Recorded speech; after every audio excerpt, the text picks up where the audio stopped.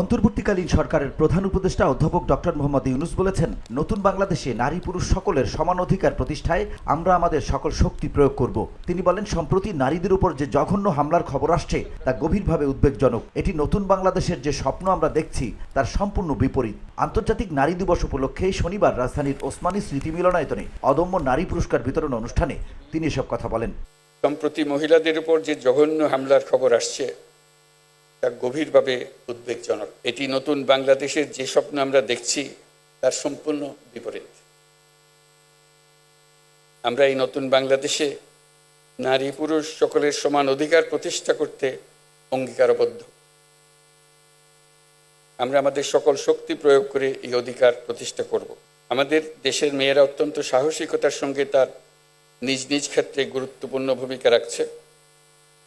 কত বাধা পেরিয়ে দেশের রাজনীতি, অর্থনীতি সহ সার্বিকভাবে দেশকে এগিয়ে নিতে অবদান রাখছে। প্রধান উপদেষ্টা বলেন, জুলাই গণঅভ্যুত্থানে বাংলাদেশের ছাত্র শ্রমিক জনতা মিলে যে অসাধ্য সাধন করেছে তার সম্মুখ সারির ভূমিকায় ছিল এদেশের নারীরা। ফ্যাসিবাদী শক্তির প্রাণঘাতী অস্ত্রের সামনে হিমালয়ের মতো দাঁড়িয়েছিল আমাদের মায়েরা। জুলাই গণঅভ্যুত্থানে সর্বোচ্চ আত্মত্যাগকারী ও অংশগ্রহণকারী ও আহত নারীদের স্মরণ করে তাদের দ্রুত সুস্থ স্বাভাবিক জীবন কামনা করেন তিনি। আন্তর্জাতিক নারী দিবসের সূচনা হয়েছিল নারীদের অর্থনৈতিক ও রাজনৈতিক সংগ্রামের মধ্য দিয়ে। বাংলাদেশেও নারীরা ন্যায্য অধিকারের জন্য যুগ যুগ ধরে সংগ্রাম করে এসছে।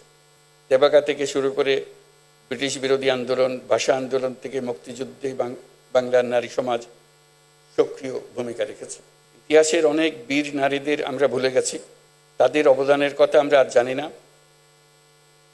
কিন্তু জুলাই কন্যাদের নেতৃত্ব আত্মত্যাগের কথা আমরা কিছুতেই ভুলে যেতে দেব না।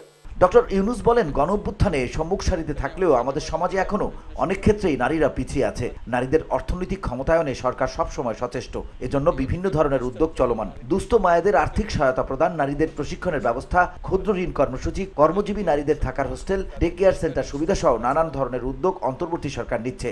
এই সংক্রান্ত আরও উদ্যোগ নিয়েও আলোচনা চলছে বলে জানান তিনি। দুস্থ মায়েদের আর্থিক সহায়তা প্রদান, নারীদের প্রশিক্ষণের ব্যবস্থা, ক্ষুদ্র ঋণ কর্মসূচি, কর্মজীবী নারীদের থাকার হোস্টেল, ডে কেয়ার সেন্টার সুবিধা সহ নানান ধরনের উদ্যোগ অন্তর্বর্তী সরকার দিচ্ছে। মালয়েশিয়ান প্রযুক্তিতে তৈরি অত্যাধুনিক cleaning machine modern vacuum cleaner যে কোনো ধরনের ধুলো ময়লাকে পরিষ্কার করে ঘরকে করে তুলুন চকচকে ও আকর্ষণীয়। Modem, brand of luxury. প্রধান উপদেষ্টা বলেন, নারীর প্রতি সহিংসতা রোধ সরকারের অন্যতম অগ্রাধিকার। অনেক সময় নারীরা নির্যাতনের শিকার হলেও তারা বুঝতে পারেন না কোথায় অভিযোগ জানাবেন। নারীরা যেন তাদের অভিযোগ জানাতে পারেন সেজন্য হটলাইন চালু করা হয়েছে। আইনি সহায়তা দেওয়ার জন্য আমরা পারিবারিক সহিংসতা আইন 2010 হালনাগাদ করার উদ্যোগ নিয়েছি। যৌন হয়রানি প্রতিরোধ ও সুরক্ষা আইন 2025 প্রণয়নের কাজও আমরা হাতে নিয়েছি। আমরা একটি নারী বিষয়ক সংস্কার কমিশন করেছি, তারাও তাদের সুপারিশগুলো দেবে। অনেক সময় নারীরা নির্যাতনের শিকার হলেও তারা বুঝতে পারেন না কোথায় অভিযোগ জানাবেন। নারীরা যেন তাদের অভিযোগ জানাতে পারেন সেজন্য হটলাইন চালু করা হয়েছে। আইনি সহায়তা প্রদানের জন্য আমরা পারিবারিক সহিংসতা আইন 2010 হালনাগাদ করার উদ্যোগ নিয়েছি। যৌন হয়রানি প্রতিরোধ ও সুরক্ষা আইন প্রণয়নের কাজেও আমরা হাত দিয়েছি।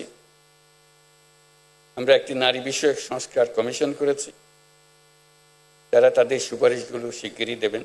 ডক্টর ইউনূস বলেন, বাংলাদেশেও নারীরা ন্যায্য অধিকারের জন্য যুগ যুগ ধরে সংগ্রাম করে এসেছে। তেভাগা থেকে ব্রিটিশ বিরোধী আন্দোলন, ভাষা আন্দোলন থেকে মুক্তিযুদ্ধে বাংলার নারী সমাজ সক্রিয় ভূমিকা রেখেছে।